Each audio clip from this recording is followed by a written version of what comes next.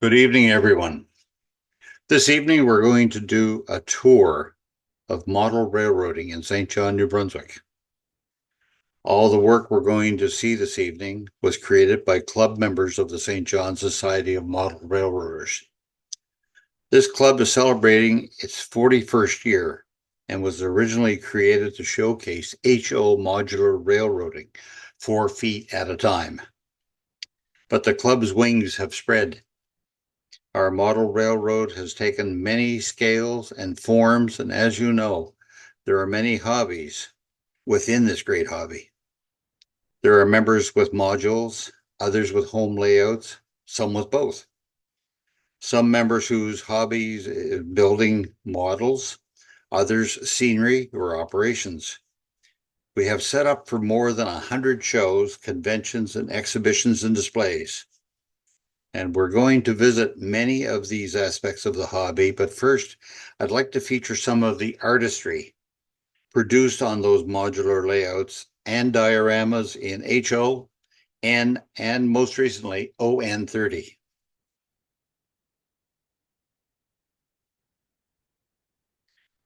These first modules were created by the late Bob Boudreau many years ago. They are now being restored by one of the club members to their original glory. Bob was one of the founding members of our club. For many years, I dare say he was the driving force in making our club what it is today. He was also a widely published modeler, appearing dozens or perhaps hundreds of times on the covers and in articles in all the major hobby publications, such as Model Railroader, Railroad Model Craftsman. These photos I'm going to show are a scant few of what he created and photographed. This is the Acme Machine Shop. It's the best place to have your Acme machined. The model appears on the very front edge of one of the 2 modules in the previous slide, cutaways so that viewers can see the interior perfectly detailed. Now, this engine house is, in my mind, one of the best Bob created. I should mention that his hobby was model building and photography. This scene was shot with the back wall of the building removed for the camera. Now, a vivid imagination played a large part of Bob's artistry. Who would have thought to run a railway through a waterlogged swamp? This scene is at the back of one of those modules we saw a couple of minutes ago. Now, the last of the photos that I want to share with you is this abandoned feed store. Now, I have dozens more photos, but that may be for another day. This particular model has a special place in my memory. It was the first Boudreau model I had ever seen at the first model train show that I ever attended. That was 1983, and I never forgot it. Now we're going to see it again on a home layout later in this presentation. With a cast of thousands under the big top, the Grant Brothers Circus has rolled into town. The circus lot is relatively quiet as most of the crowd has already gone into the big top, and the last few customers have their tickets and are heading in for the show. Now, those modules go all the way back to 1985. They're also attracting a large crowd for the street parade. The creator, Ron Grant, created 4 modules for this scene, 3 of which are featured here. Now, we are very fortunate to have a number of gifted modelers in our club. Not only Ron Grant and Bob Boudreau, but also Jerry Gilliland and many others that we'll see shortly have provided a high bar for the rest of us to strive for.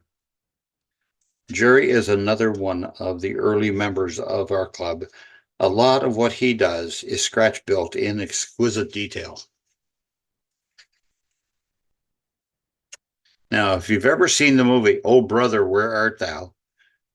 You will recognize the Soggy Bottom Boys, who are playing a live show to a huge audience of 4 people in front of Lester's Lobsters. Lester's Lobsters was a club contest a number of years ago that a number of us entered into. The other photograph is Norm's Landing, which is the name of a Campbell kit. But this beautifully weathered scratch built is by Jerry, and he took on the same name. In his work, Jerry had access to many early drawings used to build vintage Irving gas stations.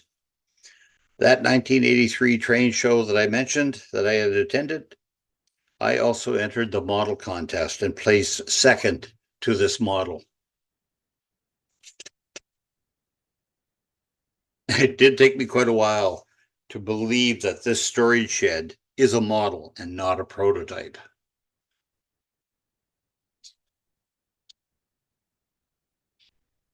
More of Jerry's work. See the fishing boat up for repairs and maintenance. And by the way, the turnbuckles are going to need more than a half a turn to straighten out that boxcar at the bottom right.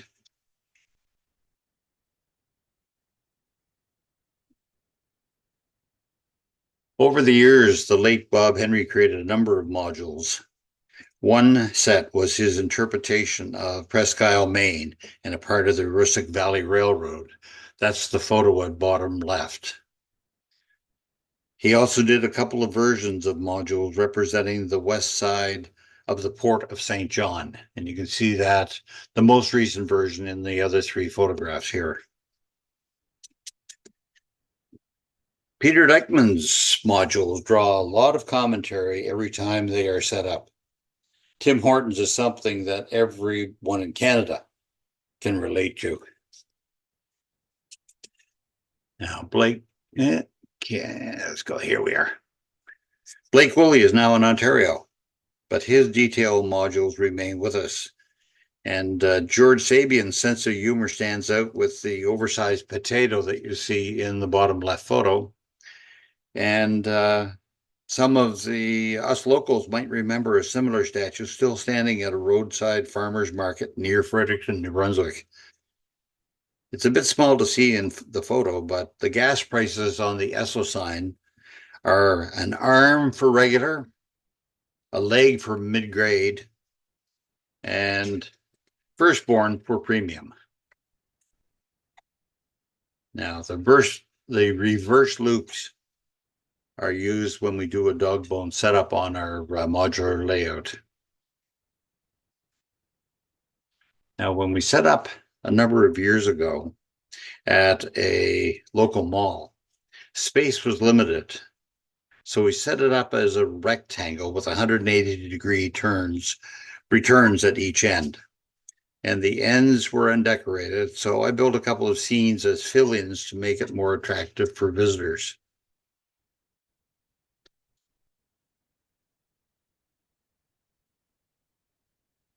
Our club president, Steve O'Brien, created 3 pairs of modules with a large sawmill operation and a full-length freight yard, where a lot of the club members are found to have dropped their trains so they could take a break for a few minutes.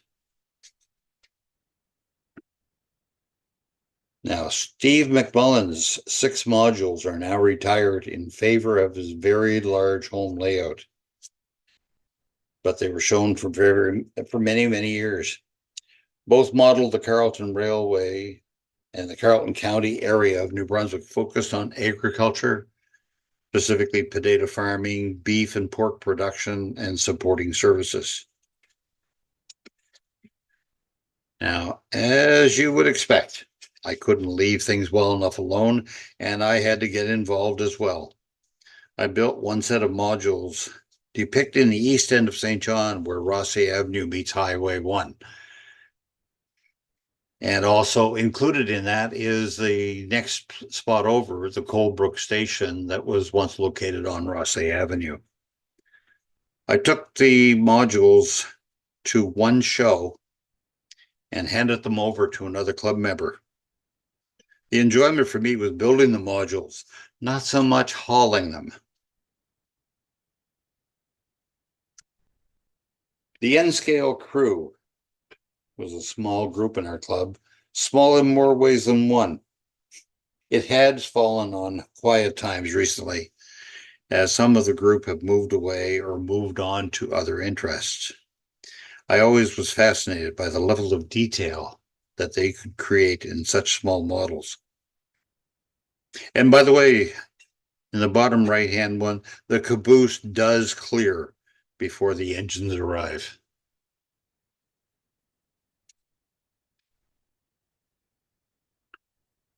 Now, the latest and greatest. The ON30 crew is the newest group within our club. I blame a crew from Ottawa, the Dirty 30, for having lit a fire at our last Maritime Federation convention in 2023. These photos are only of a few of the modules that have come to life in 2 short years. More is being constructed as we speak, and as an aside, these modules are much lighter than the traditional modules. We've even adopted a new standard as a recommended practice for our club. All new modules in our club, no matter what scale they are in. The biggest changes are styrofoam top deck and 1-inch dowels for legs. Now, this first photo here is of Harvey Sweezy's module with a couple of highly detailed bridges crossing a stream. Speaking of bridges, here's Steve Hill's modules with a deep gully and a high trestle bridge, and even a mine on the side of the gully, and one very long maintenance of way / logging train.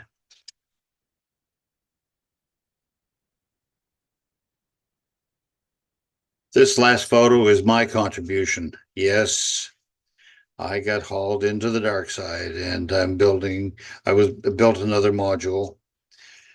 This one here is called Loudon Hill, or if you break it down a bit, Lou Don Hill, recognizing or blaming Don Fitzpatrick and Steve Hill for getting me involved.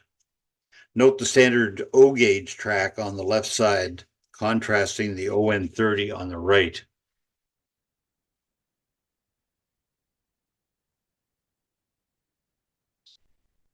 Now a look at the home layouts. I know many of you have visited at least a couple of these layouts during our conventions, open houses, or even operating sessions. But for those who haven't, come with me as we take a tour. Full disclosure, there are more layouts, but I haven't been able to gather enough photos to be able to show them all.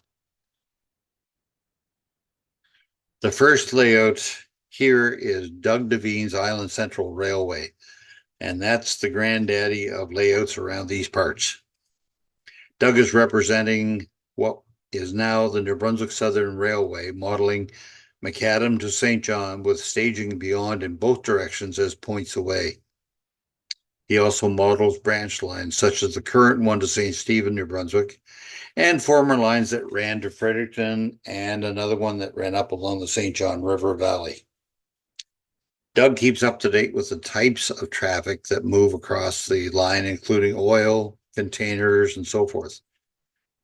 This photo is of the Dever Road Yard, one of the 2 main classification yards on the layout.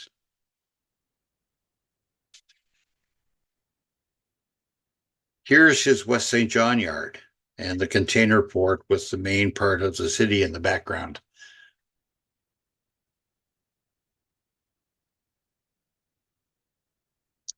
Via Rail also runs on Doug's layout, although it's been 30 years since the prototype ran through St. John. And another view of the same general area, view around Union Station, which still exists on his layout.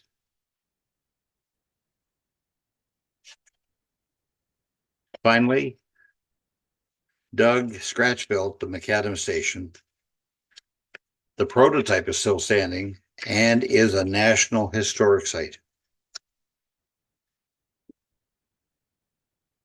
Now, on to Steve McMullen, and it's 1965 in Carleton County, New Brunswick, a major agricultural area surrounding the St. John River. Steve McMullen's Carleton Railway is a 2 or 3 deck layout focusing on transporting potatoes, beef, pork, and everything required to support those industries. Steve expanded his basement in 2017. He also included an extension to the house above. So he responded to a request from management. And he now operates a 500-foot main line.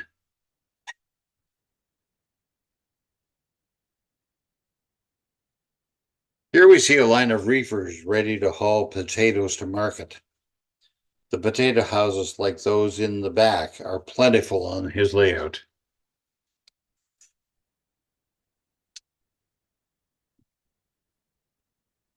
This here is the world's largest potato field, HO scale potato field, and I dare anyone to dispute that statement.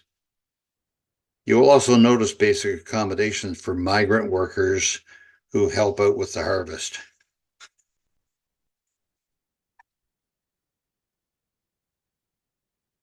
This is the commercial center of the layout. It's Newbridge. How do I know? It has the only operating traffic lights on the layout.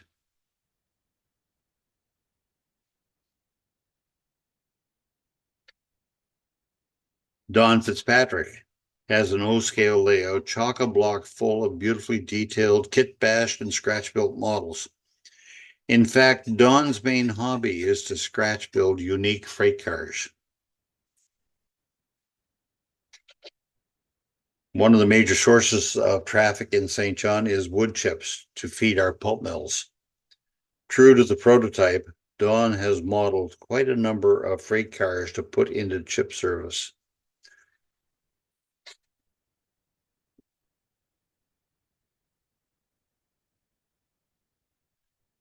This boom car was featured in our June 2025 Hotbox newsletter. It's a combination of scratch built by Don and 3D printing by Steve Hill. And Don also has a number of other freight cars here that are under construction, ready for detailing, painting, and so forth, and of course, decaling. But he is continuously building new cars, and most of them are rather unique cars, not many of them in service. We spoke about Steve Hill just a second ago. Welcome to the Shinstone Mining and Survey Company Railroad. It's a freelanced railroad influenced by the contrasting Albert County, New Brunswick, and the desert-like conditions of somewhere in the western U.S. Does anyone see the Malcolm Furlow style in the background?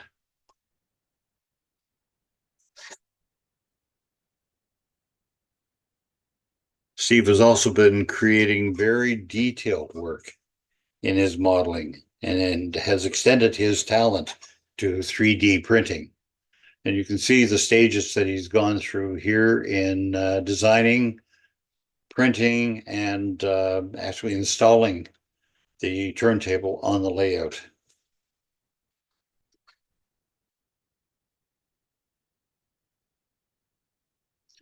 Now, between scratch building, 3D printing, and craftsman kits, Steve is in the process of creating a really nice layout.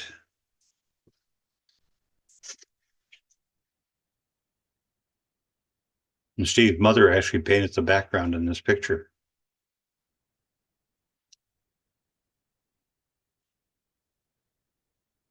Now, Steve is also creating a wharf scene on his layout.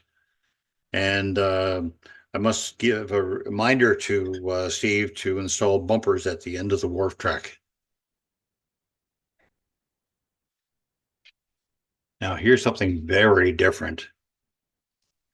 Steve scratch built this firehouse a number of years ago, and he submitted it to Art Fahey at Bar Mills Models. Art eventually produced a kit, the Smoky Hill Fire Company. So great play on words and a real nice model he created.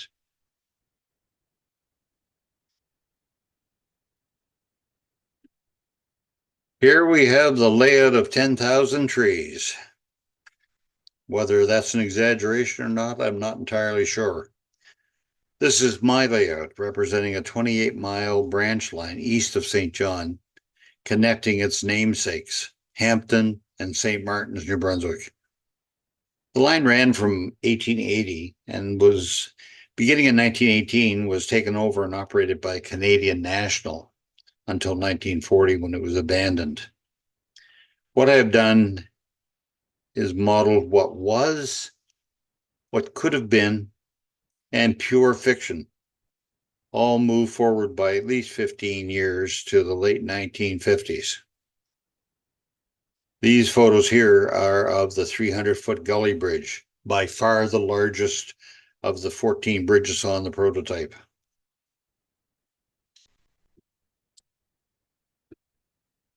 Here we have an assortment of scenes from the layout, including Hampton on the top left, and you notice the Tichy crane and boom car, and then Upham on the right, and a series of wood processing industries at what's called Patterson Siding. We have, pardon my English, Shit Creek Paddles, Marcus Dowland Spindle, and Patterson's Perfect Pins, to note the clothespin on the building.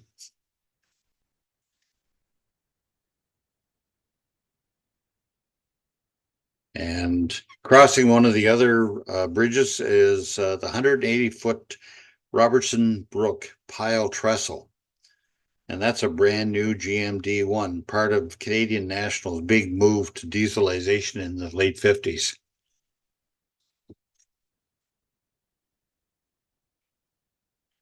Log loading at Robertson Siding for delivery to one of the 4 local sawmills along the line. In the background are potato warehouses. My grandfather actually did grow potatoes near St. John. I just created the story that he shipped them by rail. Hey, my reality.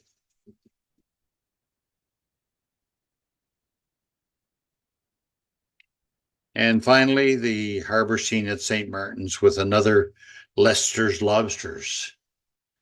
Sorry, I don't have the Soggy Bottom Boys there, but anyhow, that was another entry in that contest that the club had at one time. Now, Bob Boyce faithfully models St. John as it was in the late 1960s. This is a view of the east end of Union Station where Canadian Pacific and Canadian National performed a daily dance.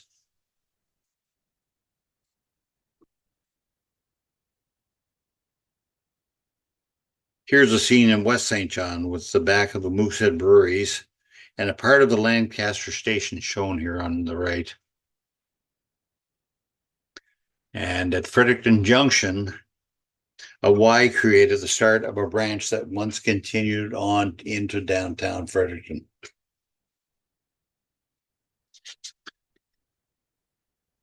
The Reversing Falls Bridge dominates this part of Bob's layout. Just to the east of the bridge is a steep switchback serving ocean steel. And a typical consist on this grade was 1 gondola and 2 switcher engines. As a nod to my wife, by the way, her favorite prototype bakery was modeled on Bob's layout, and she would go there for date squares, and I will say no more on that subject.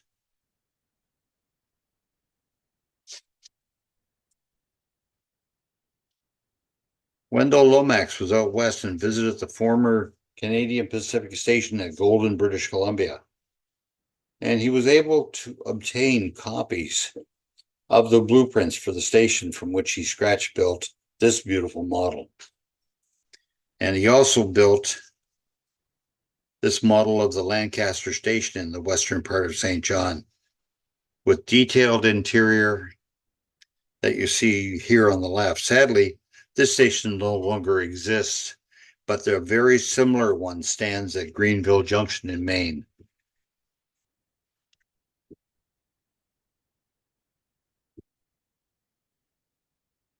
Wendell Lomax is no stranger to craftsman kits and kit bashing as well.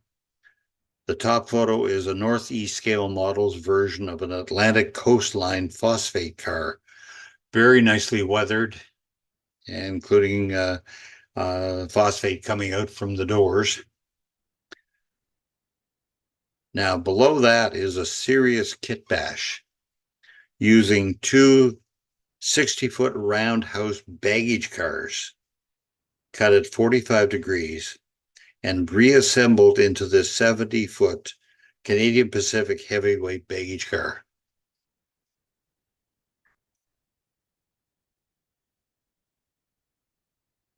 Now, as a final slide in this presentation, a nod to several other modelers whose work deserves mention. Dave Sloan-White has a small but nicely detailed layout in the shape of a bent figure 8. One of our newer members, Jerry McCoy, has a passion for NB Southern Power, here detailing one of the 18 relatively recently acquired SD70 M2s. And Mike Garrett's has been doing some modeling work using a 3D printer to create a wharf scene on a layout that he's working on. And finally, George Sabian has a 2-deck, 2-scale layout, HO above and Lionel on the bottom. To summarize, I think we're very fortunate to have had the creativity and artistic ability of some of our members over the years. And that camaraderie among the group is infectious, and I think it's made us all better modelers. Thank you very much, folks.